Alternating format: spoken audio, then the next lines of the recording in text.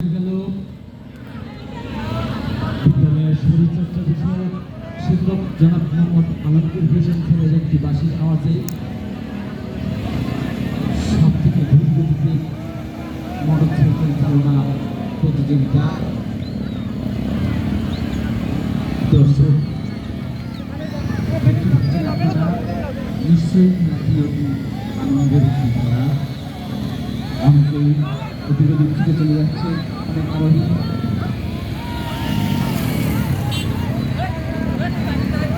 চলছে ধীর গতিতে মোটরসাইকেল চালনা প্রতিযোগিতা।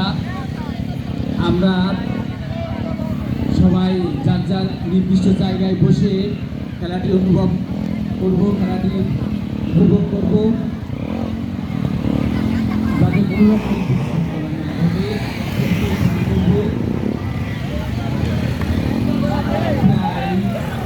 একটু দেখা দেখা হালকা হালকা